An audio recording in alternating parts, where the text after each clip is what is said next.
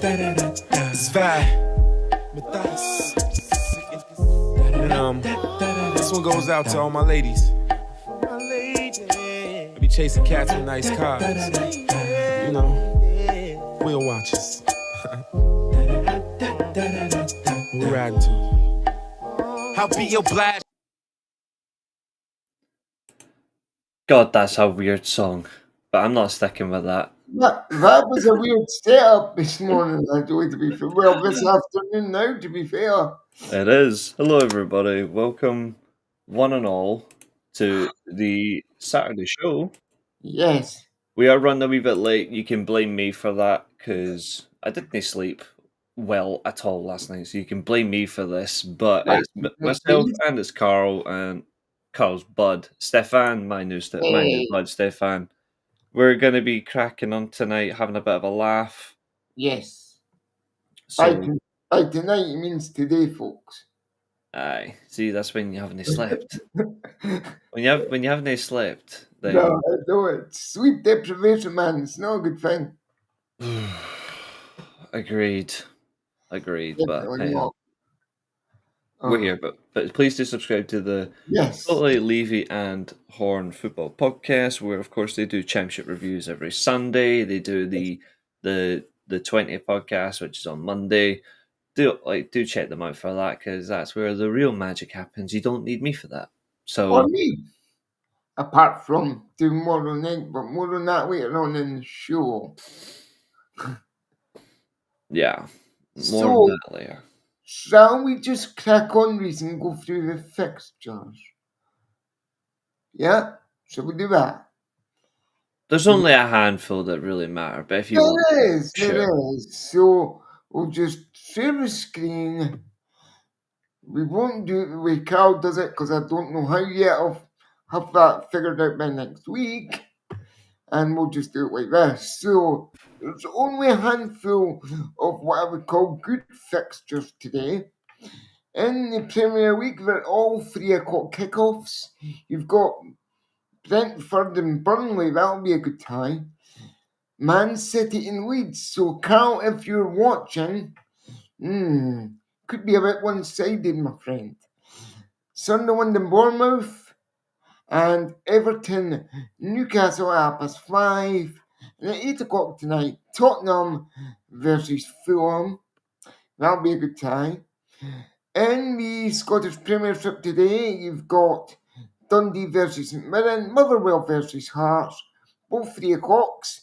Then we've got Kilmarnock versus Dundee United at 5:45. That'll be on the Premier Sports game, obviously. In the Championship today, we've got 3 12:30 kickoffs. Leicester City versus Sheffield United, Portsmouth v Bristol City, and Stoke City versus Hull City. Coventry City Charlton, Middlesbrough Derby, Millwall Southampton, Norwich QPR, Sheffield Wednesday Preston, West Brom Swansea, and Wrexham Blackburn on 3 o'clocks. In League One, there's not really any games of personal note, I would say. Nothing really there to report wildly on, as is in League Two. Suppose we better drop down into the National League for Chris and see who Carlisle have got today. And they've got, unless we've just shot past that, which they've got Tamworth at 3 o'clock at Carlisle's home ground today. So there you go, Chris. Tamworth at 3 o'clock. You've got a whole bunch of women's internationals this weekend. I'm just going to pick through these. A few ties in the third round of the Scottish Cup. Hamilton Airdrie. You've got United Tariff, Banks O'D Ross County. That'll be a good game. Bonnyrigg Rose versus Spartans today. Trying to see if there's any other ones of note. Dunfermline, Queen of the South. Let's see, and Stranraer versus Clydebank. In the National League, there's quite a lot of postponements, obviously due to weather, but there's a few 3 o'clocks, and that was in the north. Same in the south. Let's move to I'm trying to get my words out. We got on Bundesliga. Let's look at that.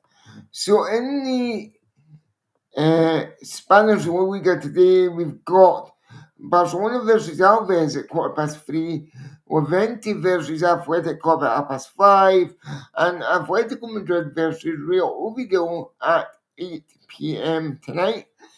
In the Bundesliga, you've got Bayern Munich, St. Paul at 2:30, Hoffenheim, Osnabrück at 2:30, Union Berlin versus Heidenheim at 2:30, Werder Bremen versus Köln at 2:30, and at 5:00, you've got Bayer Leverkusen versus Borussia Dortmund.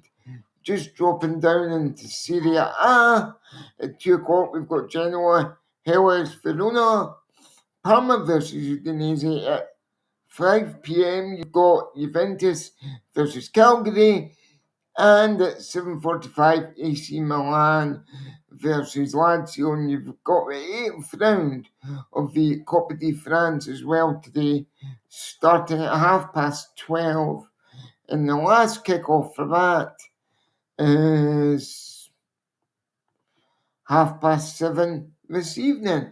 And you've got the Libertadores final tonight as well. Copa Libertadores between Palmas and Flamengo. There we go. That is the fixtures for today, Saturday, the 29th of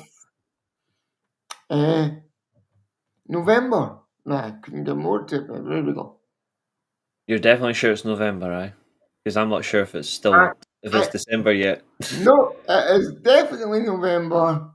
I know that because I'm going to the darts tonight. I'm going to see Luke Whitehorse on my happy money.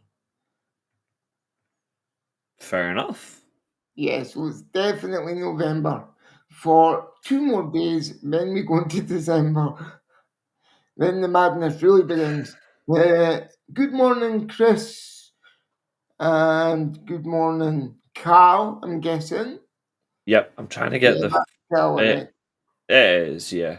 I'm shy. For some reason, it's not bringing the chat for me on my. There we go. That's what I was looking for. It wasn't showing the chat for me on my screen, but like on my other monitor, 'cause I've got YouTube on the side. That's how I was responding from there. Ugh. So yeah. So as I said, that was a quick dose round of fixtures. A wee bit quicker than Carl does it. He's a wee bit more further than me and Reece, but we just like to pick the best ones and just give you a quick overview. Mark Hughes' Blue Army. We'll have to see.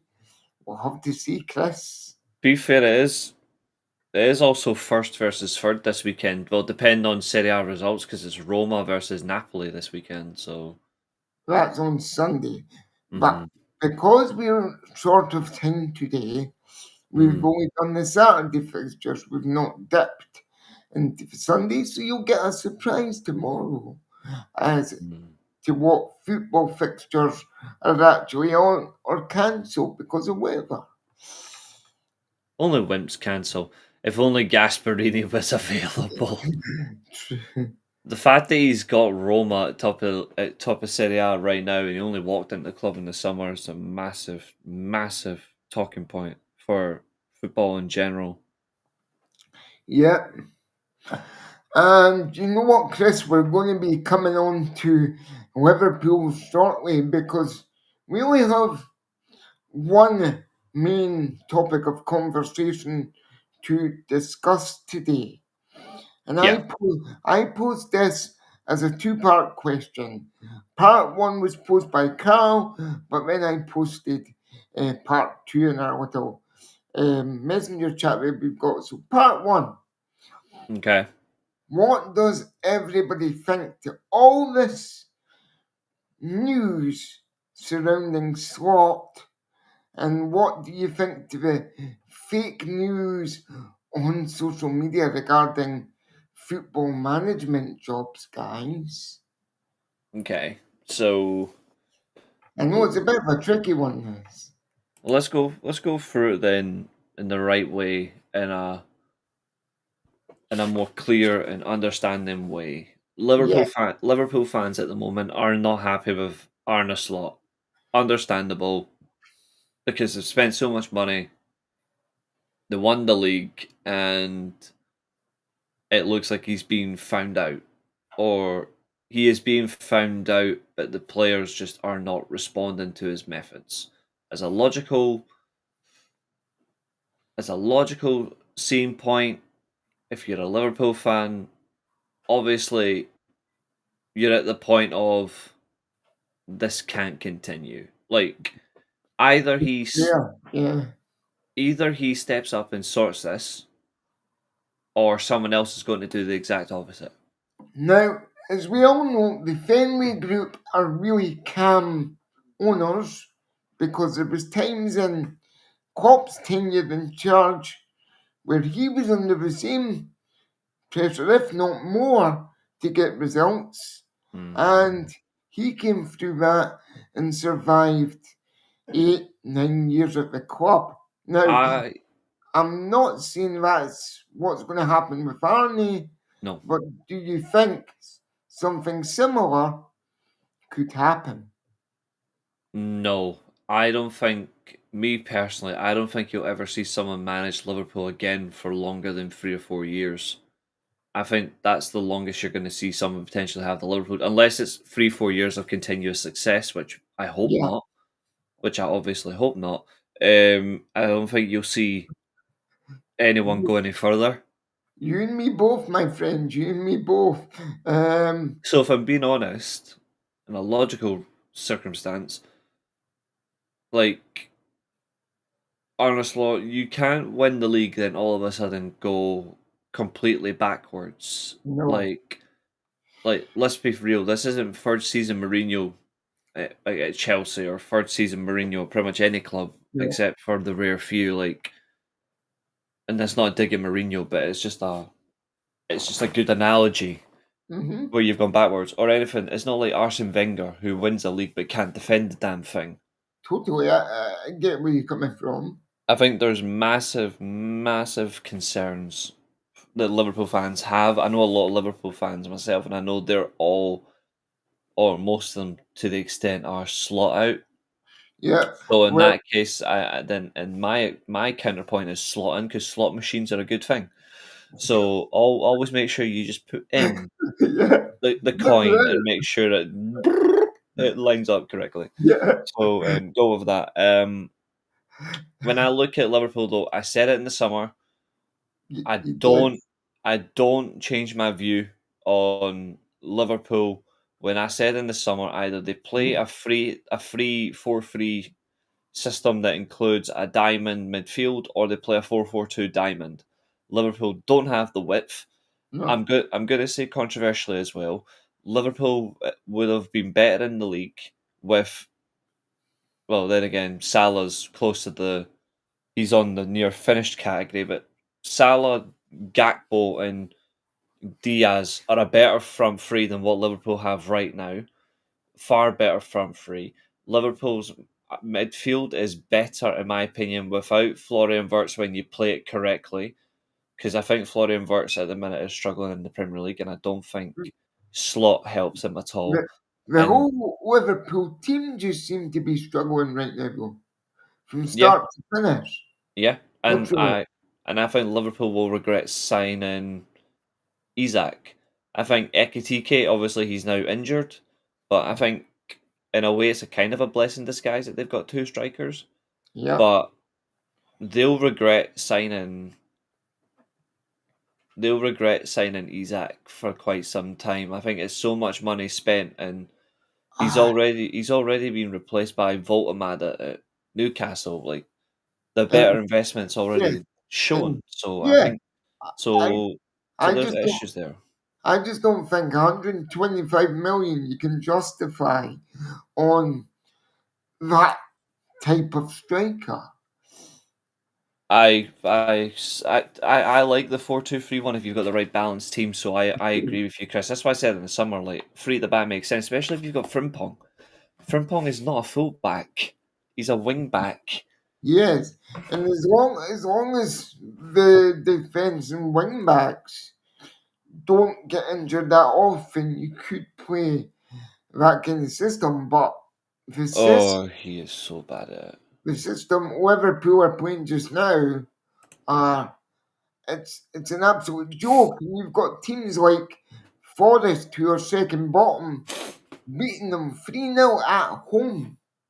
Yeah, I And said by before all last week, give and me by a all centre back. accounts, it could have been a lot more as well. 3-0 was keeping it respectful, apparently, from what I heard and what I read online. Yeah, I think Chris is right as well. Like, actually, like, Liverpool's defense is so injury prone that they should have signed centre backs in the summer. Like they signed the young centre back, Mhm. Leon, and he got injured, but he's not even a Liverpool type player in my opinion. So that makes no sense. I think that was just to stop AC Milan, but it makes no sense. Van Dijk, McAllister, Salah. Only question: Salah's finished. Salah is done, and I'm not saying this to be horrible or judgmental. It's facts. I think the death of Diego Jota has affected Salah really badly. But here's the thing, and this is where I'm going to come back on this one very strongly now.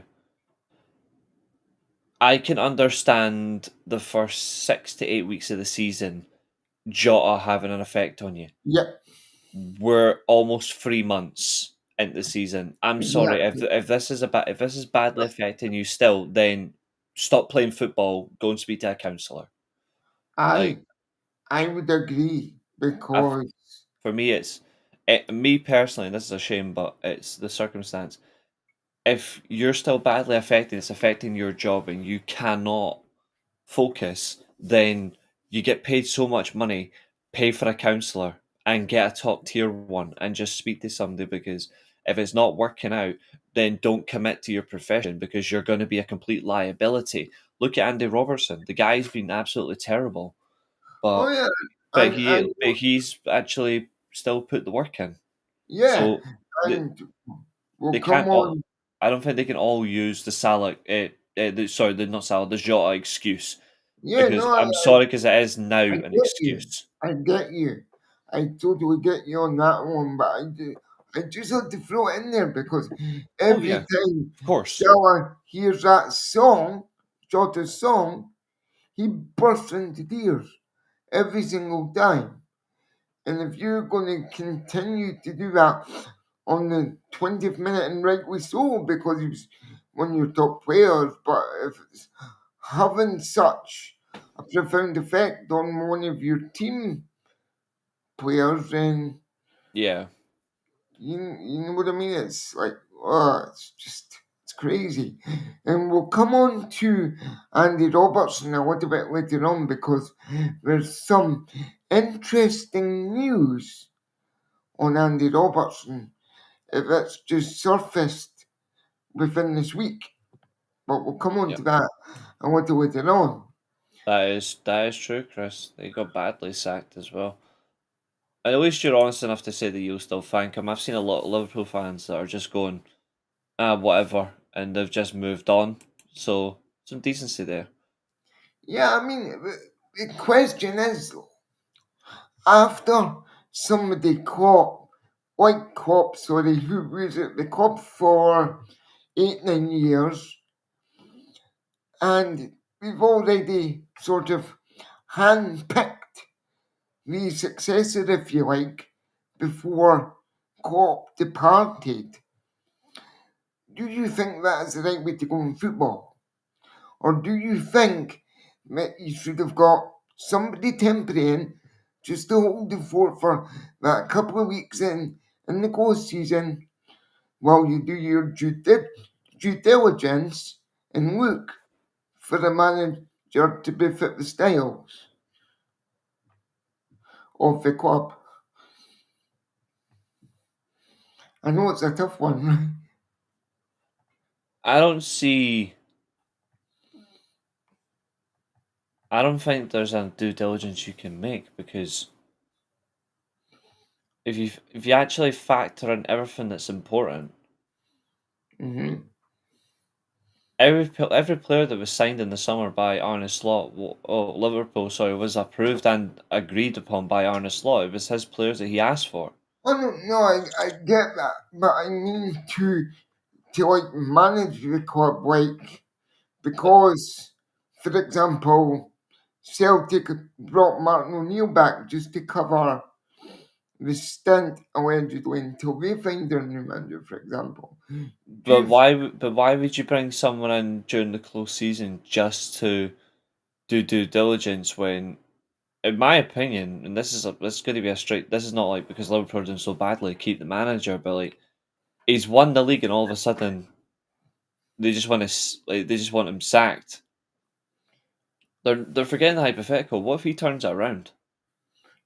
He still could. He still could. 'Cause what are we now? We're the 29th of November. We've got all the way until the middle of May to go with the Premier League. I still think if they do sack him after winning the league, I mean it's ballsy. It's Liverpool playing like Chelsea, but I don't know if it's the right call. But I think if they do make the call, where do they go? Because manager wise, Who's available? Who would want the job?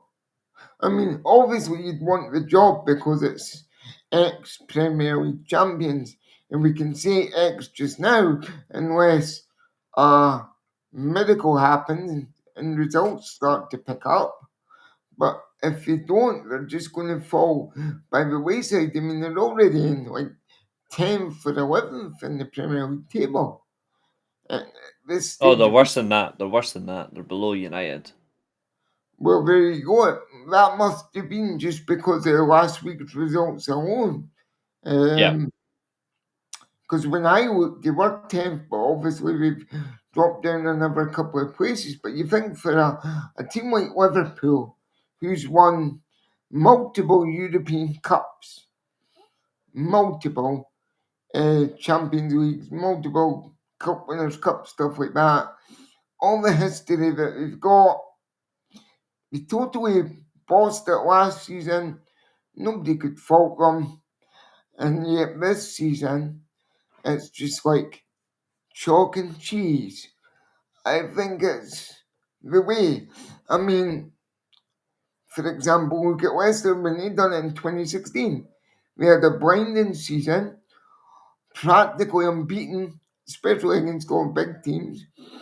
And then the next again season, despite their run in the Champions League for the first time in their history, they just sadly fell from grace and are now playing in the Championship.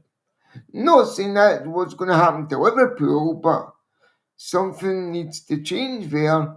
Otherwise, it's just going to continue. I think so. I don't know what they can do personally to improve things. Well, that's just what I was going to say. It might. But it's such a reliance on a squad that's Aging. It's an and in, aging squad. and inconsistent. Very hot and cold. We could put that down to hot and cold. Which I guess brings me on to part 2 of said question. And this may be controversial, but who thinks Liverpool's in crisis?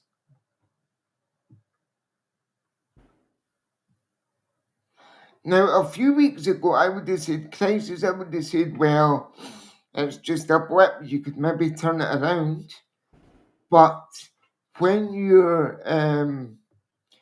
playing teams like, no disrespect to Nottingham Forest, but Nottingham Forest at home, and you get beat 3-0 at home, along with the other few results you've had bad times in, surely that must be a bit of a alarm bell ringer. And that's maybe why all the fans are getting a bit sick and starting to voice their opinions, and rightly so. I think the real question is crisis determined by who? And or by what? The reason why is because, and it's becoming another idiotic comparison on social media. Oh, if it's Manchester United, it's already they're so far behind. It's a crisis and all that. If it's Liverpool, oh, just give him time. He just needs a bit more money. Like the sheer level of instant switch around on opinion from people within the game is what makes me laugh, because it's the same people that are saying that about United that are then going about Liverpool, saying, "Oh, just give the manager more time." Yeah. Like it's never anything else. It's never unbiased. It's never fair conversation. It's always, if it's their club, they'll go, more time, more money. If it's not their club, it's, maybe they do need to make a change. Yeah. Yay, course, clowns. But I'm like, this is why, like, if you determine it by crisis by who? Because that lot will say, nah, it's just more money. Anywhere else, on a logical basis, says, well, actually, maybe it is. Mm-hmm. And do I think they're in a crisis? No. Do I think there are concerns? Potentially, yes. But I think if you rush into it, then you'll make the mistake and you'll make it worse for yourself. But I think in no way, shape, or form do you base the whole concept of crisis on what someone like Redknapp or Carragher thinks, because they're always under a crisis. I mean, Jamie Carragher's receding hairline is a crisis. But the circumstance being for sure is, when you look at it in general, Mm-hmm. Liverpool's problems are not just an aging squad. Liverpool's problems are an over reliance on specific players that, Yes. quite frankly, are way below standard, that will be detrimental. The best thing Slot can do, if Slot wants to stay in his job, is be brave. Just drop those players. Show some backbone. Show some spine. Like, if you want. Sorry, Reece. I was just going to say, if you dropped the players that you were talking about, January's just around the corner. Mm-hmm. Let's put you into Slot's shoes, Reece. I'm alright. No, but just hypothetically speaking. Alright, hypothetically, because that doesn't affect my fan. No, it Okay. doesn't. Okay. So, who would you bring in if you were in Slot's position as a manager right now? In January, which is just around the corner.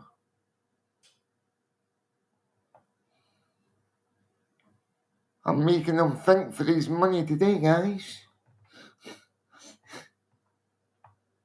Okay, so You can even bring up your tactics board if you want. Go nuts. no, because then people think I'm a Liverpool fan, and I'm definitely not. I know that. I thought, okay. So if I'm looking at it in a logical perspective, Yeah. then I think Slot now needs to go for the 3-4-3.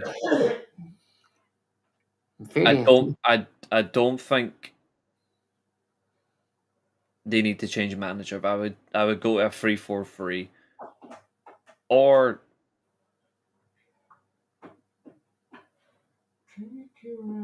or a diamond midfield. All right, actually, let's go for a diamond midfield. It's more. I think it's much more effective. So, Yeah. but I'm gonna use a more specific. Actually, all right then. I guess I could do lineup builder for everybody then. Go on then. We love lineup builder here, Ross. Come on. We love it. Let's see. I didn't even know it existed until I joined the podcast. I'll be honest with you. But it's a brilliant tool. Oh yeah, it is. Just remember, folks, this is just our opinions and nothing else. Legal disclaimer done. We can now crack on with this. Agreed. Let's see. If he doesn't change it, then I agree. Then you've got to move him out, but only if he doesn't change. So let's see. If I base the squad in a logical sense, Yeah. then I would do. Because obviously there would be players that you would like to keep, so we can factor them in as well.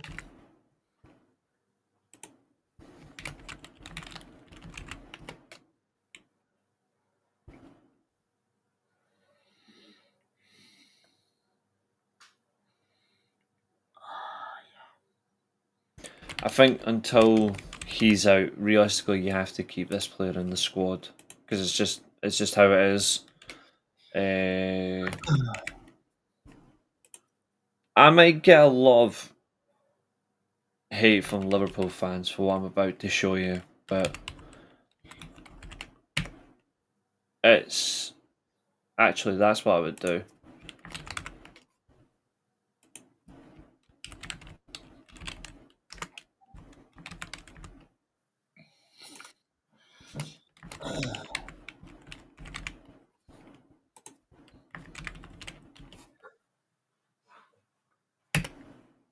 Yeah, there we go. If we're doing just a Liverpool team, and we're looking at how they could play, how you can change things. Yeah. I would do. You don't see it a lot anymore, but it's mostly done by two managers, which was obviously Cruyff and Van Gaal. But I would actually go for a 3-4-3 diamond. That still gives you your two wingers. It gives you a striker. It gives you your three centre backs to control the play, and then you have a controlling, dominant midfield that can tie things in really well if you want to. So,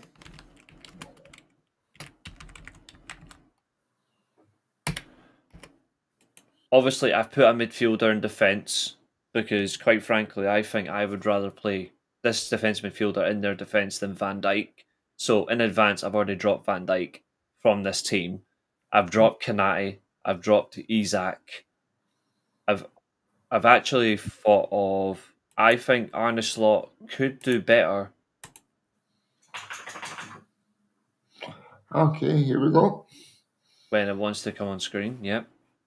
2 seconds. Let me just. There we go.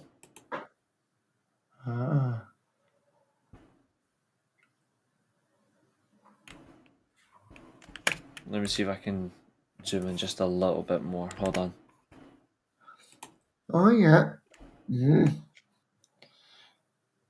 I can see your thinking there, Reece.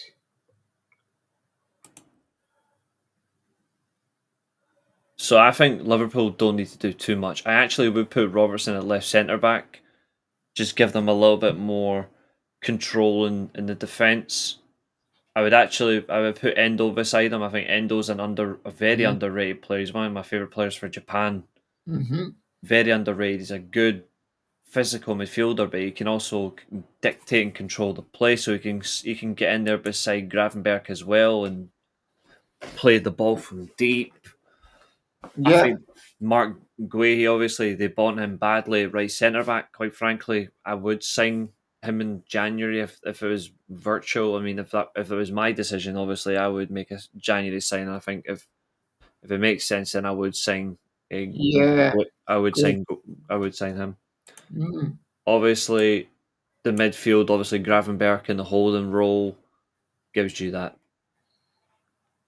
deep dictative play. Yeah. Soboslai, McAllister, again, a playmaker and a deep line playmaker as well. Box to box role, depending on how you want to play them. Soboslai can then, if Frimpong comes in, Soboslai can then go out wide. Like you've got all of that as well. Yeah. So, and then obviously you play him in his best position as an attacking midfielder. Florian Wirtz will do the business for you. Mm. And if I seen that lineup every week, I'd be quaking in my boots. And I think Frimpong, obviously, speed, ability to attack down the up and down as well. You can effectively let up and down there, yeah. and you can let him still do his wingback, his favoured wingback and winger role in one, and then it allows Gakpo to be more of the left winger, but he can cut in and play just off who I think is their better striker, and Ekitike is the centre forward. You can effectively play it like that. He would come in. Frimpong can obviously go up and down and full. Wirtz can then get to these positions just off as well. Like it's logic. I think it's just more suited, but I don't think Liverpool really have the strength to do anything. If they did play another way, which is possible. Mm-hmm.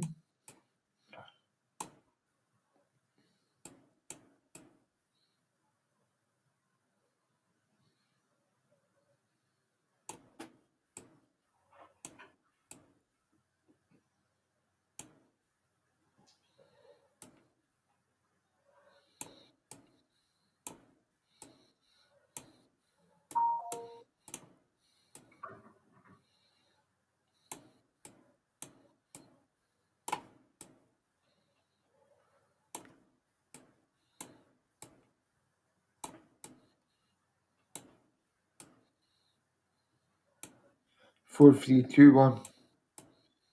4-2-1-2 actually, because you've got one. Oh, yeah. You've got one. So you've got two like holding players in a way. Like you could have the holding players effectively. I think probably McAllister would probably be better in that role. Mm-hmm. Or if you put someone in there instead of Robertson Endo potentially, you could put him in there and you could drop one of. You could put Gakpo rotating with actually you could do that. If you had say Van Dijk there, then you have Endo. Well, that would be Szoboszlai. He could easily play well for you at centre back, Chris. I've seen him play centre back for Japan when they've needed it, and he's been good. Endo's a brilliant wee player. Oh, he's very underrated. And it's no surprise to me that if he wasn't at Liverpool, he'd probably be in Scotland with Celtic right now. He's part of their Japanese invasion. But Liverpool got him first. Out of like a major European team. But there's like two defensive midfielders, Yep. a back four that you could stretch into wing backs that's comfortable. You've got one central midfielder who's a box to box. You've got two deep playmakers, or one that could be a holding player, one deep playmaker. You got your box to box central midfielder. You got your two number 10s, natural 10s as well, and then feeding a striker. It's kind of an inversion on the Christmas tree formation, but it gives you a box to box central player who can run through the middle and just attack the box. I like that one too. I might try putting that into EAFC 25. Doesn't exist. Well, I'm sure we can edit it in. real Venables Christmas tree.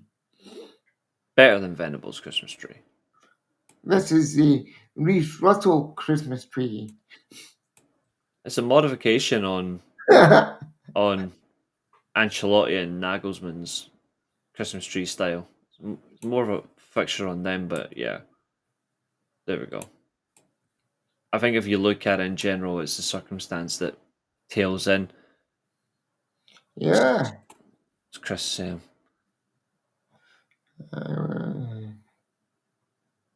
I mean, yeah, I get what you're saying. Big change is bold. Oh, yeah, actually.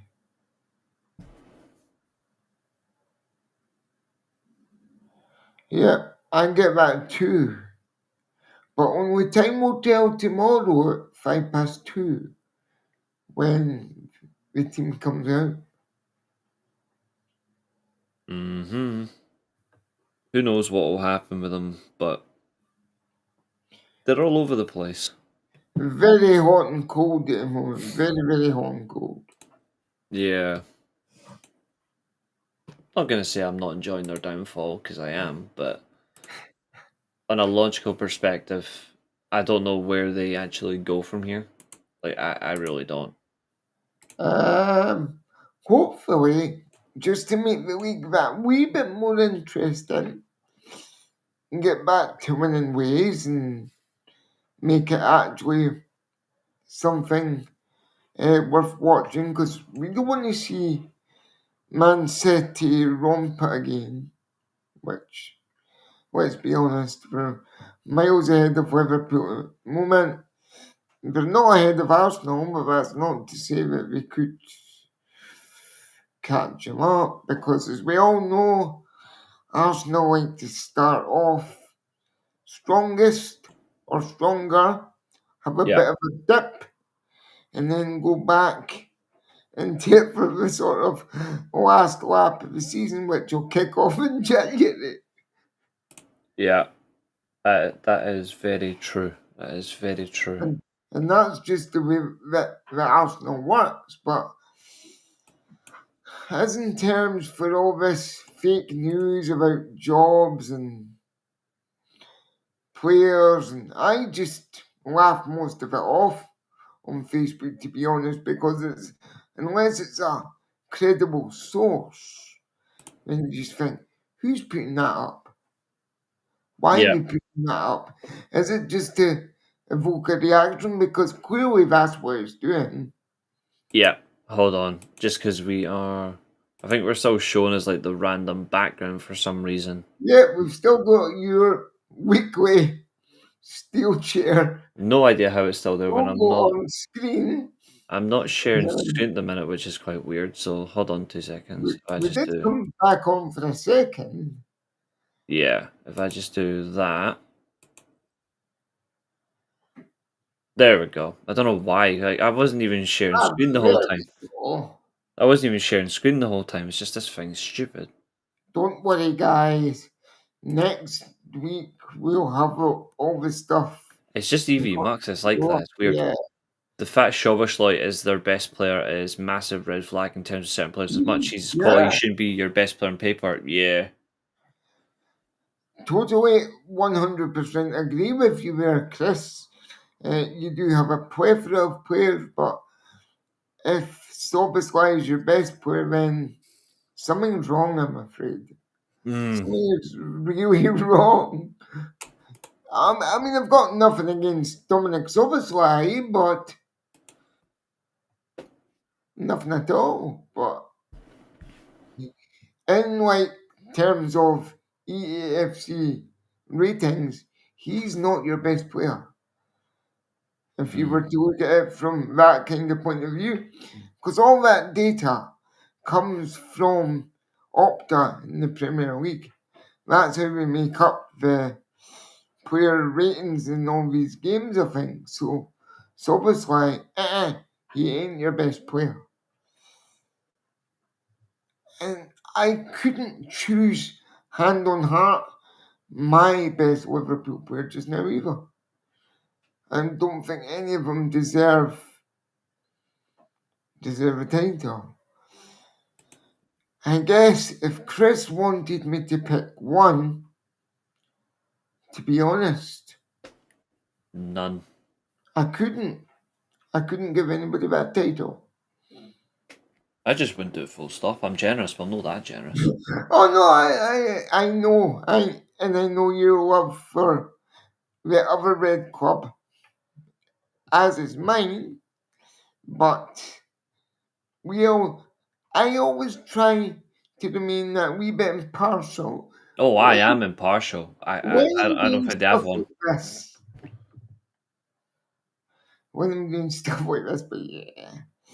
And there is other news coming out of Liverpool this week.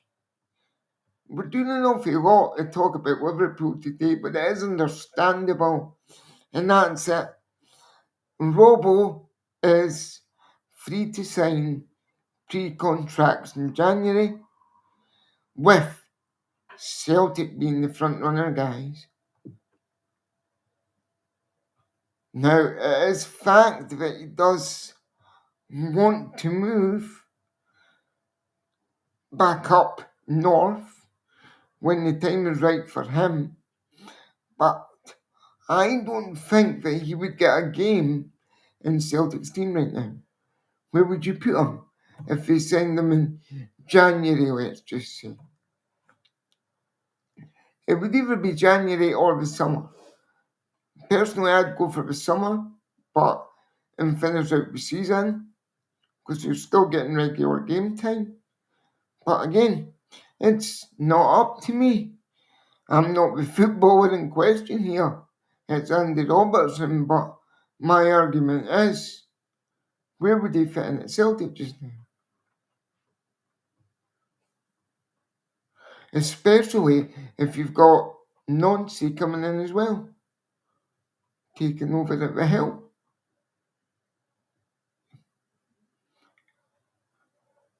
We're really thinking on this one today, guys.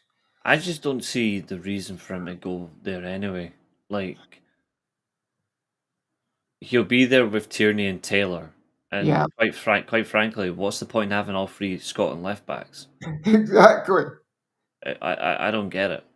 No, I don't even. I mean, surely if you're coming up north to retire, let's just say, surely you'd want to go back to your first club, which in Scotland for Andy Robertson was Queen's Park. Now, I'm not saying he's that level of player anymore, of course he's no, but just look at Chris Boyd before he retired. He went back to Kilmarnock 3 times. Now, I'm not sure if it was the pies or the state of their lovely artificial pitch at the time, but that's what we say about players when you retire or are thinking about hanging up your boots from a certain part of your career. You go back to your boyhood club. But as you say this, why would you have practically the whole Scotland defence at one club? Why would you do that? I mean, it would live up to Steve Clarke's ambition of continuously not picking Rangers players, but I just don't see the need for Robertson to make such a move. Quite frankly, he can What? still do the job elsewhere. Yeah. I mean, when I heard this, I only heard this for the first time yesterday. That's how behind my feeds are on social media. Must be my settings or something. But when I heard that, I was like, Robertson, Celtic, no chance. Because he would literally be, in my opinion, and it is just my opinion, of course, he would literally be, for this season, if he was to move in January, just say, a bench warmer. Maybe next season, he might get a couple of games. Definitely in the pre-season, he would get games, but when it comes to big games against European teams or against Well, Reese's lot, he might not get a game. Well, he wouldn't be able to leave. He wouldn't be able to leave Liverpool in January for free. It would have to be an actual fee. It would be pre-contract for the following summer. So Yeah. Celtic would have to spend that, and they Well, can't realistically afford it. yeah, I get that, but if Celtic were to sell to bring him in, one, who would they sell? And he wouldn't get a game. It's not their main. It's not even their main issue.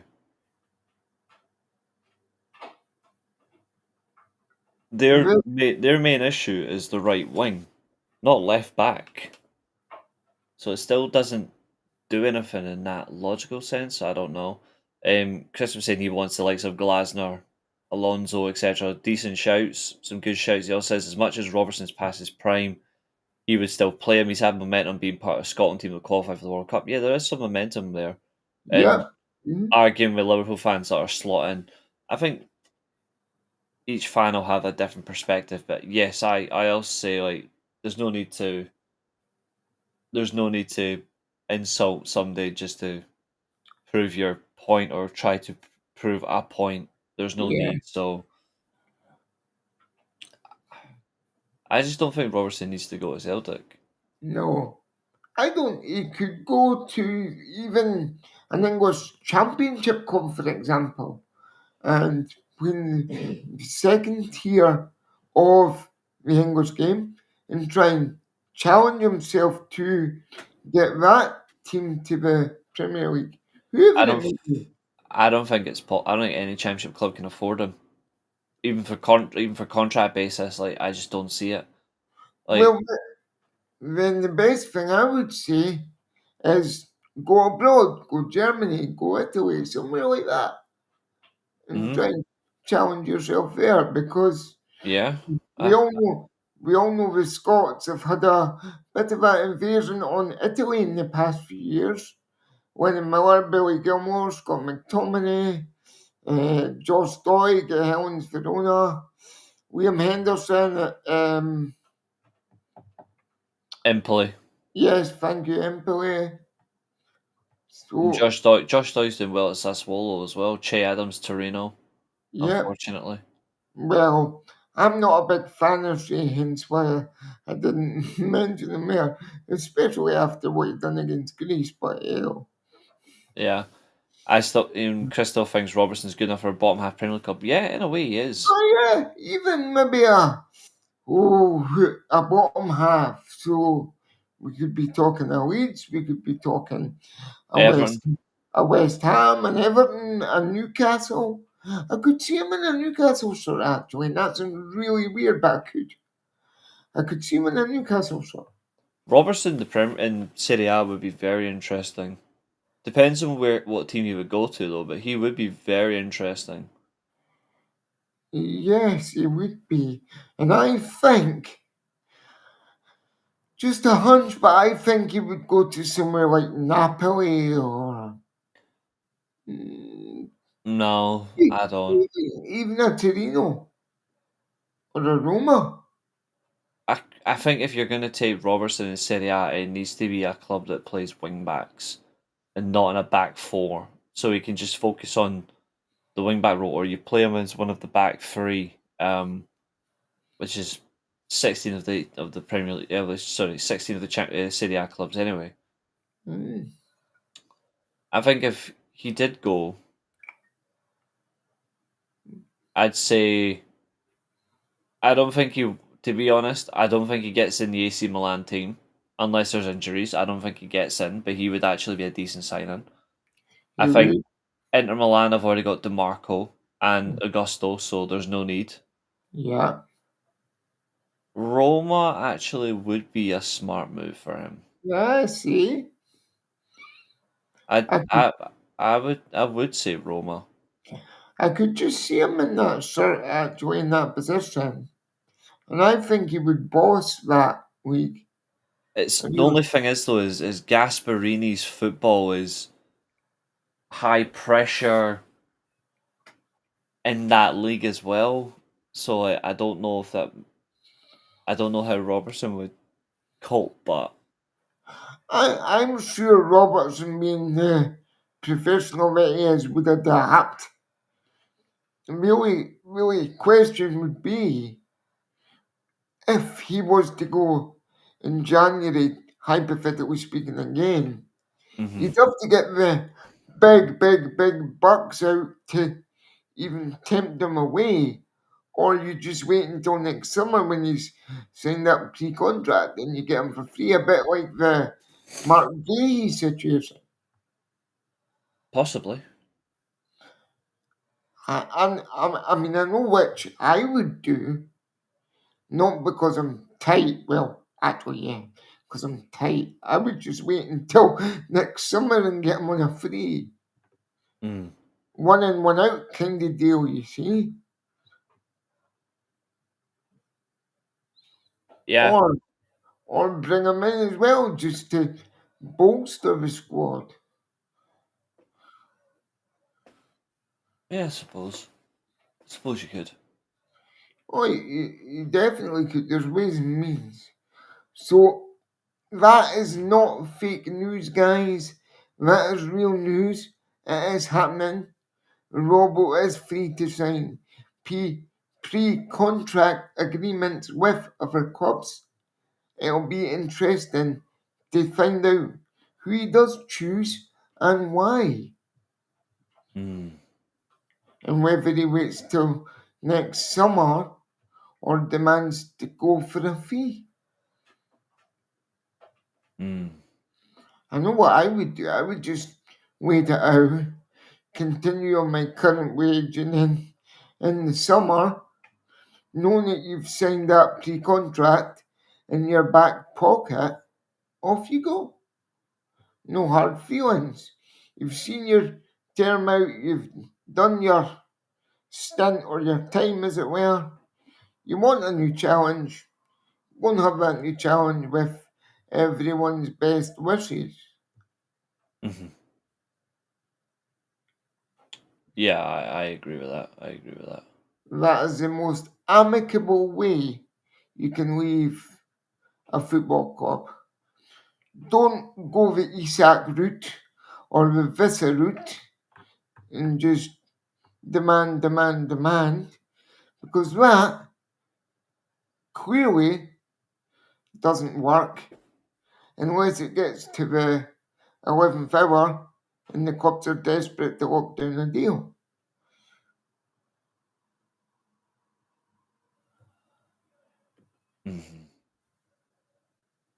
Yeah, I agree with that. Yeah. Nice and simple, that is the key. Well, I almost can't believe, guys, over those 3 little points about Liverpool, 4 if you include Andy Robertson's saga, we've almost made it to an hour. We have. We've done it. We've almost broken the hour mark. And don't forget, guys, there is more on this channel across the weekend. We've got the championship review tomorrow night with Michael, Carl, Annie, and myself. I'm going to be on the championship review as well. What have you got coming up this weekend, Reece? Or next week? Have you got any podcasts coming up that you would like to plug or need us to know about? I don't think I'll stream today, but if I do, it'll probably be classic PS2 gaming on my channel. Nice. Yeah, I've got some classic stuff I can play. I can, to be fair, I can play my PS2, I can play my Switch, I can play my original Xbox on my PC and stream it, so I can do all that. If there's no stream on that, then it'll be tomorrow. Reviewing some Japanese content and reviewing freaking Survivor Series. 4 matches on a Survivor Series pay-per-view give me strength. What? There's only 4.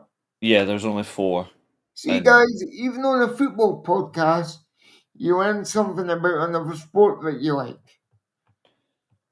And Survivor Series is when, Reece? Midnight tonight. And there's 4 matches. Yep. 4 matches.